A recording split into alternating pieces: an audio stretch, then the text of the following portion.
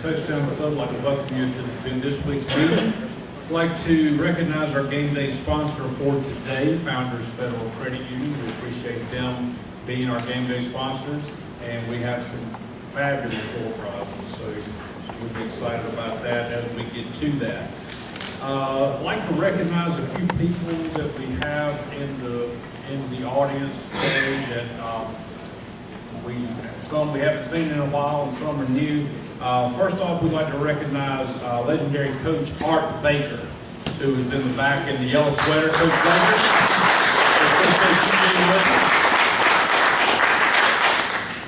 We also have Athletic Director of Presbyterian College, Danny Sterling, and Head Women's Basketball Coach, Todd Steelman. We'd like to thank you guys for joining us today. All right, we're going to go ahead and get started. We're going to start. He's got his mouth full, but I'm going to give him a chance. Got a lot going on over at Laurene Academy. Coach Todd Kirk and the Crusaders. Give me just a minute, folks. My mom taught me better.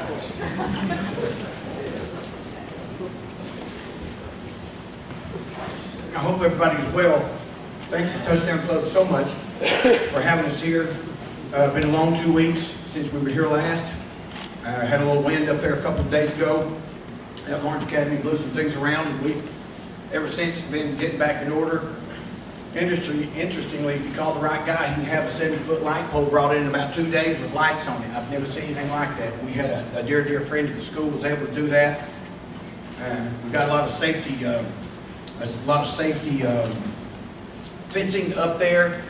We're looking for 2 sets of bleachers. We need 2 sets of bleachers right now to put on our home side. We're thinking about taking our visitors. We don't think much of them anyway, but we're about to take the visitor side and put on the home side this evening for this evening's game. We've got King coming in. I say that they're from down in Batesburg, and they're wonderful folks. They're struggling like us. I think they've got 2 wins, and we've got 1. All right? Been here all throughout the season, shared how difficult it is, and it's still there. It's still there. I can say, through the season, we've got a little bit better. Our last game was against Richard Wynn. Richard Wynn's a strong team in our league. 14-8 at the end of the first quarter. And again, I've talked about small battles again before. There we were again. It's 14-8, and all of a sudden they scored 28 in the second quarter. Return a punt and they get an interception. I think they scored on that series, and they scored on 2 series of their own. So you go back to that battle of you don't have enough numbers, and the numbers you do have are 8th and 9th and 10th graders. So same old story. But again, I've said this before, you keep going. I keep appreciating the opportunity to come back. I'm thinking sooner or later they're going to call and say, we don't need you this week, Mr. Kirk. So, but they've not done that yet, but I sure do thank you. One guy brought, he hadn't been here in a while, I'm assuming, Travis Plowden, he's my athletic director. He makes a lot of things work up there. He gets sick of me a lot, but he does an awful lot for us. I wanted to bring him and for him to say, hey, I think he's been here before, but again, love him to death, and he's done nothing but good things for us. Coaches basketball, middle school football, and does a lot, but he's my guest today. A couple of notes that I made.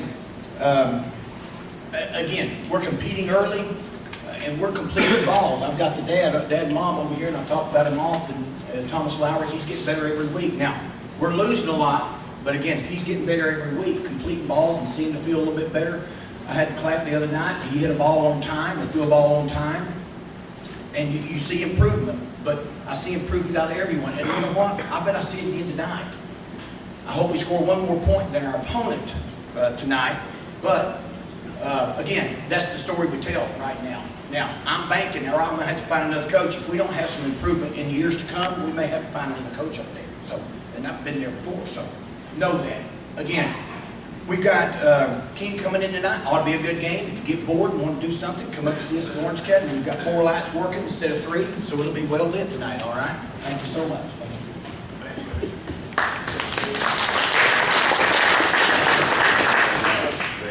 All right, next up, they played last night at Malden. Coach Chris Liner and the Laurene Raiders.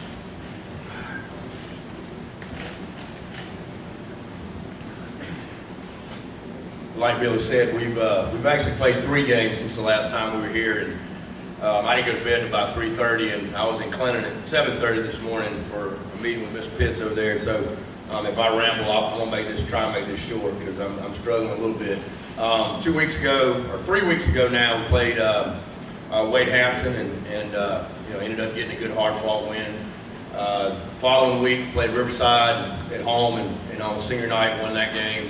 And then last night we went to Malden on a Thursday night game, and we lost 17-15. Was down 17-3 going to the start of the fourth quarter and scored 2 touchdowns. And unfortunately, we were not able to convert PAT and went for 2 to tie it with about a minute left to go and didn't get it. So actually stopped them and got the ball back with about 30 seconds to go and got it back down to about their 40 and just weren't able to go any farther. But real proud of our guys last night. Early in the year when things started to go south, we kind of got that that deer in the headlights look, kind of turned into little boys instead of playing like men.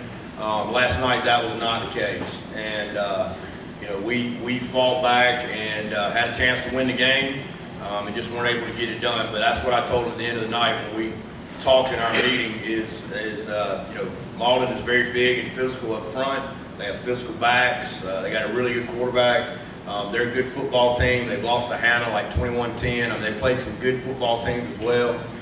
So it was exciting for us to kind of just go toe-to-toe with, a team that's pretty good and leave it all out there on the field. I brought 3 guys with us today. It was a little bit hard because we're not in school today. And again, we didn't get back till late last night, but I brought our quarterback, Ryan Campbell. Ryan is a sophomore.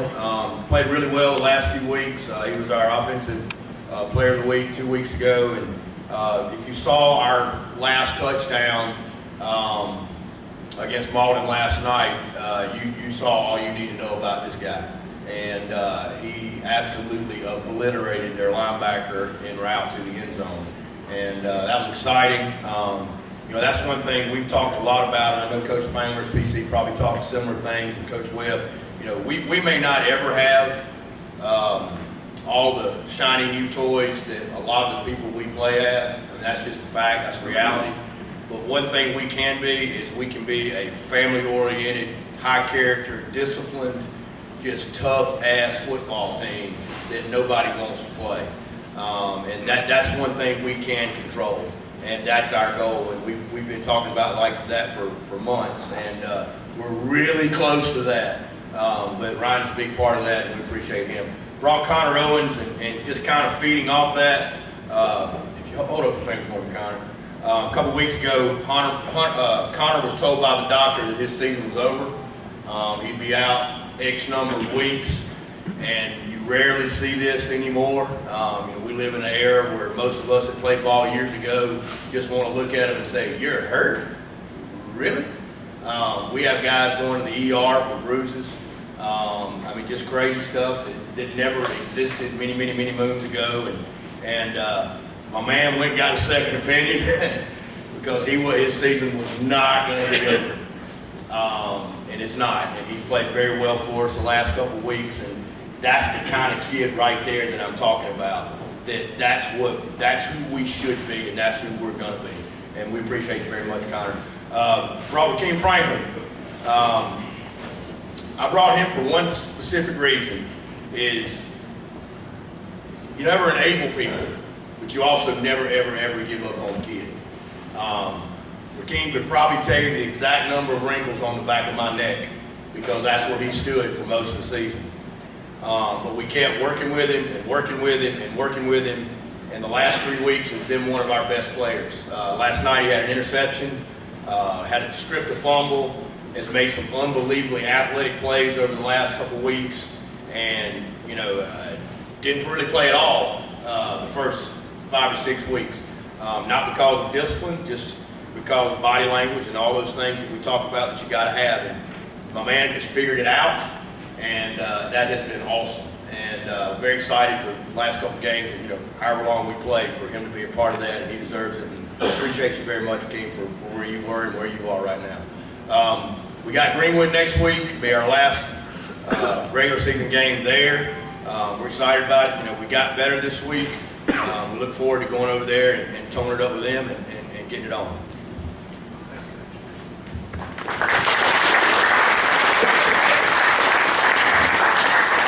All right, they've got a big game of Rome tonight. Coach Andrew Webb and the Clinton Red Devils.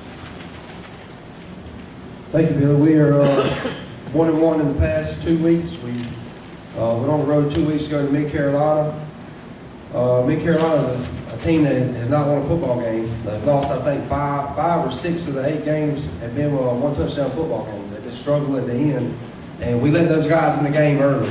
And by letting them in the game early, we were in a dogfight. But our guys really down the stretch, it was, we found some guys that just, man, they had some guts that just refused to let us lose. And got out of there and stopped the 2-point conversion at the very end of the game. And this past week we played Newberry. Newberry was undefeated. They actually lost last night to Chapman. Those 2 guys are probably hands down, along with Dillon, the top 2 teams in 3A football right now. And I don't remember the final score, 48-21, something like that. They whooped us. They whooped us. And we continue to work hard to get better. And we have a really, really big football game tonight at Broome. This is it's not an elimination game. If we win it, doesn't put us in the playoffs, but it's a big game for us. It's a big game for us. And Broome is a football team. They have a new coach, Lynn Fleming. He came to Broome from Chesney, so he is familiar with us. We played him last year. He's back at his alma mater. Really good guy. And we're looking forward to getting after those guys tonight. Brought some guys with us. Sam Tiller was Player of the Week versus Mid-Carolina. Sam plays defense for us and is also kind of worked his way into kicking. We didn't really tell Sam he was going to be the field goal kicker until it was time to kick the first extra point. We just said, hey, Sam, go. And he goes out there. He's just got this little, he just runs out, kicks the ball, comes off the field. He doesn't have a mind like a kicker, if that makes sense. So Sam went 4 for 4 on PATs, and it really made a difference in the game. Elijah Kimmel was our Player of the Week this past week versus Newberry. Elijah had like 5 catches, 65, 60, something like that yards. Getting better and better each week. And he is a junior with a lot of potential. And I know you will continue to hear his name more and more as he moves through his career. Really good fellow. Jamarcus Cook was a junior. He was Player of the Week this past week versus Newberry. Starts on the offensive and defensive line. Plays a lot on offense and defense. If we need him to go play guard, he plays guard. If he needs to go tackle, he goes tackle. He can play anywhere up front on defense. And, we ask a lot of Jamarcus. And he really answered the bell this past week. We'll need a good performance from him tonight. Josh Allen, I think he comes with us about all the time. But Josh Allen plays left tackle. That's where he plays left tackle. And we got down to the end of the Mid-Carolina game. Denver, who I'm going to talk about in a minute, they had to go for 2 with about a minute to go to tie. And the first time they ran the ball, we stopped them. Denver got a guy's face mask. At that point in time, man, it don't matter how you get them down, just get them down. If they got to snap again, make them snap again. Well, Denver grabbed his face mask. So they go from the 3 to the 1.5. And Josh Allen goes in for his first defensive play. It's kind of one thing, he's not arrogant. He's not making a big scene. He just walks up and says, Coach, put me in. So there he goes, And he comes free, comes in the backfield, hits the guy in the backfield. We're lost and we're in the game. But Josh Allen, he's as consistent a football player as we have week in, week out. Really, really good teammate. Brandon Demery. Brandon is one of those guys, when you coach, it makes you so proud. Because 5-6 weeks ago, Demery wasn't in the mix. He wasn't in the mix. You start looking at kind of the 7-8 guys you think is going to play offensive line, he wasn't there. You start looking at the 6 whatever guys you got on defense, and Demery wasn't there. But where Demery was working every day was in practice. And it got to the point where we said, man, we got to give this guy a look. And all of a sudden you get him a look, you give him some reps in the game, and now, he's about to go make his 2nd start in a row for us. And he has unbelievable effort when he puts his hand down the defensive line and goes plays. And coaching high school football, man, Denver like the diamonds in the rough, the gems that you find, you just want to squeeze them and just say, thank you, brother, for all your effort. So Denver has done a really, really good job. Really proud of him. And we got a really, really big football game tonight. We will go on the road next week to Woodruff. So real important 2 weeks for our football team. Real important 2 weeks. Our guys continue to work hard. They continue to be fun to go out and coach each day. And, I look forward to watching them get after it tonight. Thank y'all.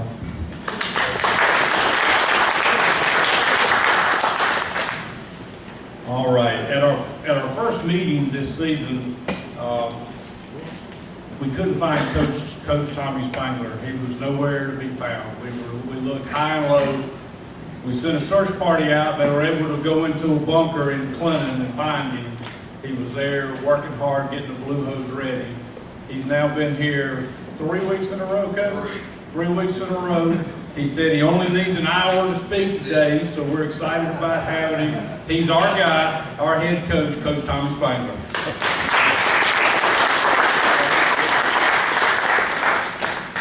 All right, I'm gonna try this mic thing. I'm gonna try this mic thing. I hope you can hear me okay. Hey, I want you to realize, look around the room now. I'm telling you, this is a treat, and I'm not blowing smoke right here. You got Art Baker, Callie Galt, Bob Straub, legends. All right, legend coaches that aren't only great coaches, but awesome people. I think I'll get remembered one day as a pretty good coach. I'm not sure I'll be in the same class as these guys as people and the kind of men they are. I worked for a guy, a legend coach. Coach Baker knows him, Coach Galt knows him, Coach Straub knows him by the name of Irk Russell. He started the program at Georgia Southern and obviously had a lot of success. He was Vince Dooley's defensive coordinator. Well, as Coach Russell started to get up in age, you know, he pulled me to the side one day and he said, Tommy, I got to go ahead and be honest with you. He said, you know, when I was back at Georgia, we used to, with Coach Dooley, and I was a little bit younger, we used to go rally at the staff meeting and come back together, and we still do it today. Don't tell my wife, but, you know, we used to talk about whose recruits' mamas look good. You know, I mean, that's just what you did. I mean, heck, I like that recruit, but I really like his mama, you know. But hey, but he said, you know what? I think it's about time I get out of this. It's about time I get to retire. And I said, Coach, what do you mean? And this was at Georgia Southern. He said, you know those 2 home visits you took me on last week? He said, I caught myself thinking those 2 grandmas look good. So I think it's about time to retire. Then and I told Coach Galt, Coach Straub this last week, he used to talk about another reason why he ought to give it up, because of the 4 stages of senility. And you know, of course, everybody's wondering what those are, and he says, well, the first stage is you forget people's names. You forget people's names, which I think I'm on that one. And then 2, you forget people's faces. And I said, well, Coach, what's the 3rd stage? He said, well, that one's like a lot of people too, you know. They forget to pull their zipper up. And I said, well, heck, what's the 4th stage? He said, well, they forget to pull your zipper down. So he said, I'm about on that 4th stage. So it's about time to retire. You know, this has been 34 years for me. 31 full-time college coaching. Now, how does that happen? I mean, it's hard.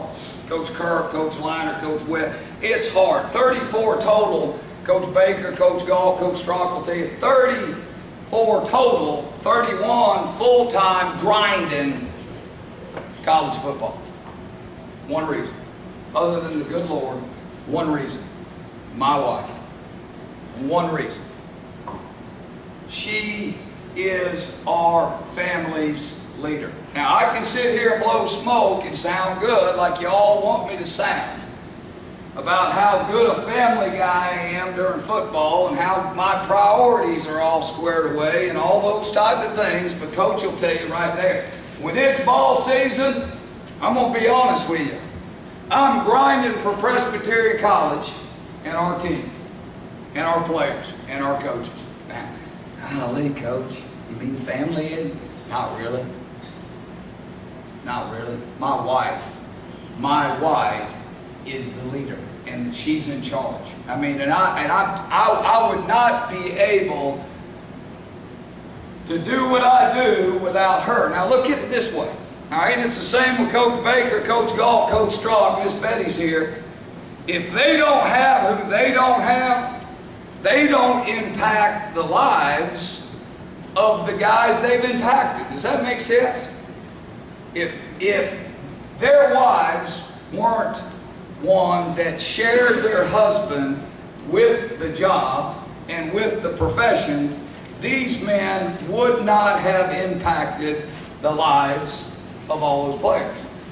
I'd like to think I've done that, and I'd like to give credit to my wife for that. Now, when the season's over, yeah, I get configured there a little bit, and I do a better job, okay, and I put my priorities a little bit more in line, but when the season's on, the only way we got at PC to turn the table, all right, is that kind of attitude. And I'm just telling you, I'm so grateful for my wife. My son Pierce is here. Raise your hand, Pierce. I'm going to have Pierce pass out a few things. And y'all, I don't know if I got enough for everybody, but you can kind of follow along. I won't be too much longer. I took this job November 22nd. All right, y'all listening? November 22nd of last year. And the first, how about this? The first team meeting we had, all right? First team meeting was, I told our guys, all right guys, here we go. We're going to have a meeting about listening. We're going to have a meeting about listening. I want you to listen to a meeting about listening. Because, hey, young kids today, you guys, they type and they read. They type and they read. They don't do a great job of listening. And I get it. We got emails, we got texts, we got this or that. Heaven forbid, the game I coach is fast-paced. And if you don't communicate quick and you don't listen and you don't respond, you're not going to be very good. So I'm trying to teach our guys to be able to listen. To listen. Now, here's the deal. It's my job to make sure I'm putting the information in front of them that makes sure what? They respond to what their leader is saying. Does that make sense? Because we can all stand up in front of everybody as coaches, as leaders, and think I've got your attention and you're listening to me. Does that make sense? But really, no. So that's my job to get you to respond. Now, after a long time, and I was talking to Pierce about this today, because we got a couple of knuckleheads on our team that after a while, if they don't quite respond like they need to respond, then that's when you got to find somebody else. Okay? So our first meeting was about listening and comprehending and doing. Now, here's what I want to get at. We needed a direction at Presbyterian College. We were kind of just a program that was here. We needed a direction. We needed an identity. We needed to, at the end of the day, if you came and watched us play, what are you going to say about our program? Isn't that why we do it? Isn't that why we do it? Isn't that why you have a job? Isn't that what you do for a living? So forth, so forth, so forth. You got a purpose, all right? What's our purpose? And I've always told our kids when they play, your film is your resume. Your film, you ever heard that, guys? Your film is your resume. You think you're good? Let's go cut the tape on. Coach Laurene thinks he's good? Let's go cut the tape on. Coach Kirk thinks he's good? Let's go cut the tape on. Well, how about us in life? What if we had a camera following us around all the time? Or is our film our resume? So we came up with what we call core values, foundation, whatever you want to call it. And I gave it to you on this right here, okay? And the first one, you notice it says who we are, what we do. You know, I used to tell people, you know what, being a football coach, that's what I do. That's not really who I am. But you know what, as years go on, I think that is who I am too. Okay? That's just what it is when it comes to football. And if you're a player, it's what you do and it's who you are. You're representing yourself. Now, how many believe this? I believe this. Go to a football game. Go to PC where we ain't, you know what I mean, we're not drawing as many as Clemson. I'd say there's probably 3 or 4% that can watch a football game and really come away, and Coach Baker and Coach Galt, Coach Strock will agree with me on this one. They can actually come away and have a feel for your team. Your team. I'm not talking about winning or losing. All right, there's about 3 or 4%. Now, there'll be a lot of those knuckleheads there tonight at y'all's game. Bottom line, win or lose. All right, oh, nice run. Oh, nice pass. Nice tackle. No. What I'm talking about, how many people will be at game really identifying the things that we ought to be about? What are your core values? What do you believe in? That's why, hey, as we design this as a staff, the first one you see on that list is have respect and passion for the game. Doesn't that sound trivial? Coach, I like football. Yeah, right. I mean it. How many guys truly out there respect the game and love the game of football? Now, here's the kicker. What's the game doing for you? What's the game doing for you in your life? I think it's probably making you overcome some adversity, am I right? Is that a good thing? Heck yeah, it's a good thing. You got to be on, does Coach make you be on time? Darn right. You're darn right. Got to work hard, don't you? You got to keep pushing, don't you? Tough times. What is this game doing for me? In return, if I'm getting something out of it, what am I going to do naturally? I'm going to put something into it. And that's, believe it or not, I would like to think, notice this, develop. Did you see where I said develop on there? And I'm going to keep grinding here. Develop means to produce by deliberate effort over time. Here's a good one. To expand by a process of growth. That's what development means. We're not anywhere close. We're developing all these. All right? But we're trying to build values in our program to where we can hang our hat on. And if you come watch Presbyterian College play, those guys respect the game, they love the game. You can just tell them the way they play. Now, we're not there. We're not there on any of these. How about this? And here I was talking about how I'm not a very good family man, but develop relationships, chemistry.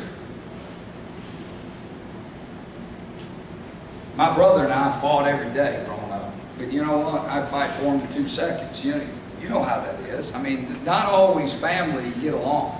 There's some tough times.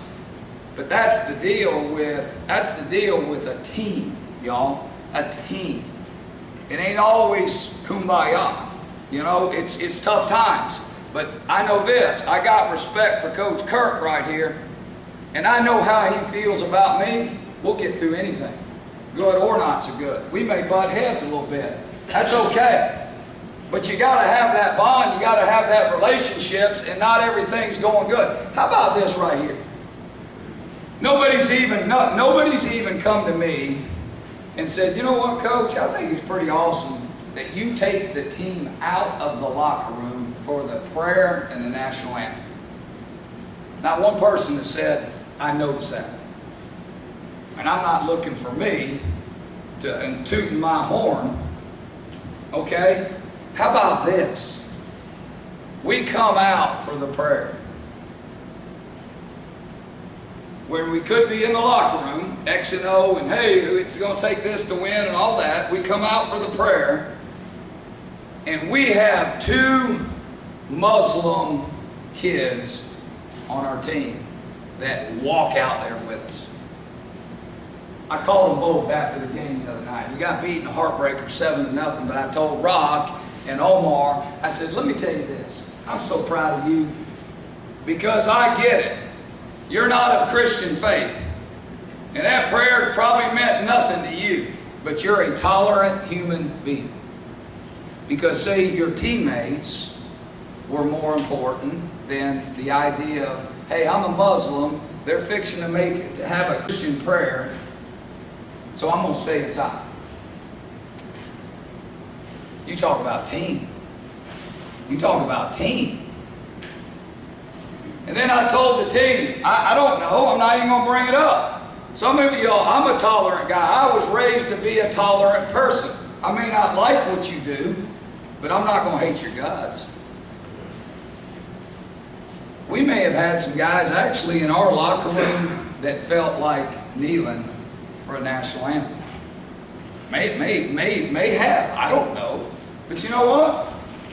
Because of team and something bigger than their own personal agenda, they walk out, and every one of us, Muslims, Christians, non-flag believers, whatever, we're all out there together with our hand over our heart for the national anthem. Now that's family. See, that's team. That's progress. And that's what we're shooting for right there. Let's go to the next one quick, and I ain't going to be much longer. Develop a mental and physical toughness. See, mental toughness to me, it doesn't mean you don't cry, or you don't have bad times. That's not making you a sissy or any of that stuff, guys. What mental toughness is being able to overcome clutter, in my opinion. Now, you may have something go bad in your family. That needs to take some time and respect. But then again, you may have something silly as, I got a text from my girlfriend about this and this, and now Coach Liner's got me in a practice, and I'm thinking about what? I'm thinking about the clutter. I'm thinking about all these distractions that are going on in my life, but the responsibility is the responsibility. And what? Mental toughness means I can do what I'm supposed to do without all this other stuff. Doesn't mean I don't care about it.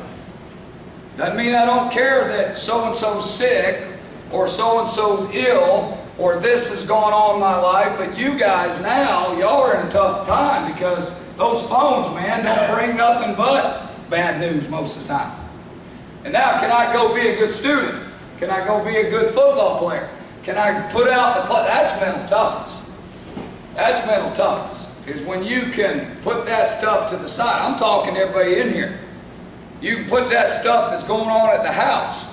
See, my guys, it's like when you're growing up and you're little and you see your teacher at the grocery store and you go, golly, they got a life too. You know, they think that about me. They just think all I am is a ball coaching machine, and that's, I have no feelings, I have no life, I have nothing going on at the house, you know. Try to tell them all the time. There's issues going on with me, but what do you got to do? You got to shelf them, you got to move on. So there's that fact of mental and physical toughness that you got to have. Hey, develop a conditioned mind and body. What's the word there? Resiliency. You talk about, you better be a resilient person nowadays, because you know what? You're going to get hit right in the face. All right? You're going to get hit right in the face with this, with that, with boom, ba-boom, ba-boom. But what do you got to do? Just like Coach Kirk was saying, just keep grinding, man. Keep pushing. All right? And I think if you come watch us play football, you'll see a team that's fairly conditioned in the mind, because at PC, not always things are going our way. But they don't panic, and they don't give up, and they keep grinding, and they keep, all of a sudden, sooner or later, it starts going our way. So that's a big time core value. The last one, okay? Develop a relentless spirit towards what? Anybody got a sheet there? What's it say? Toward preparation. Okay? Preparation. You remember Allen Iverson saying, practice, practice. Remember that? Let me read you this. This is awesome. Victory or defeat is not determined at the moment of crisis. You believe that? Victory or defeat is not determined at the moment of crisis. So when you play in the middle of the second quarter or the third quarter or whatever, that's not really when it's decided. but rather in the long and unspectacular period of preparation. Is that not awesome or what? The long, unspectacular period of preparation. See, when nobody's looking, guys, you know what I'm saying? When nobody's looking, nobody's watching, nobody's there around, what are we doing to prepare to be the best? Now, you see that four-letter word, and it's not a bad four-letter word, at the bottom. That's what we're trying to get to, see? And old Coach Russell used to say, G-A-T-A. G-A-T-A. Have you ever heard of it? I know you have. You've been to our camp. G-A-T-A. Well, there's a couple different meanings to that. Monday through Friday, it stands for get after them aggressively. Okay? On Sunday, it means God's attitude toward athletics.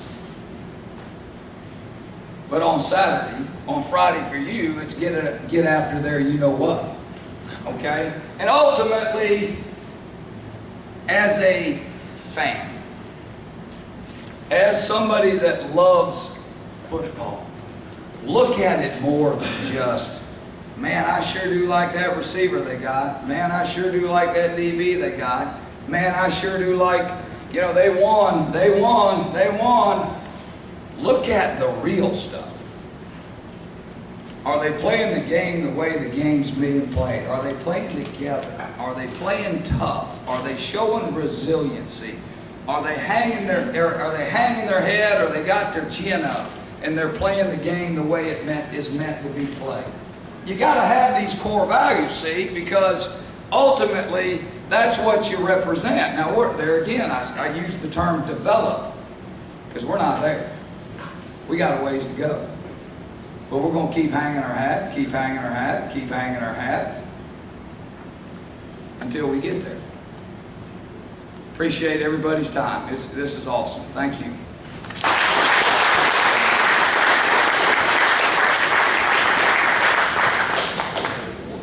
All right, we've got some door prizes.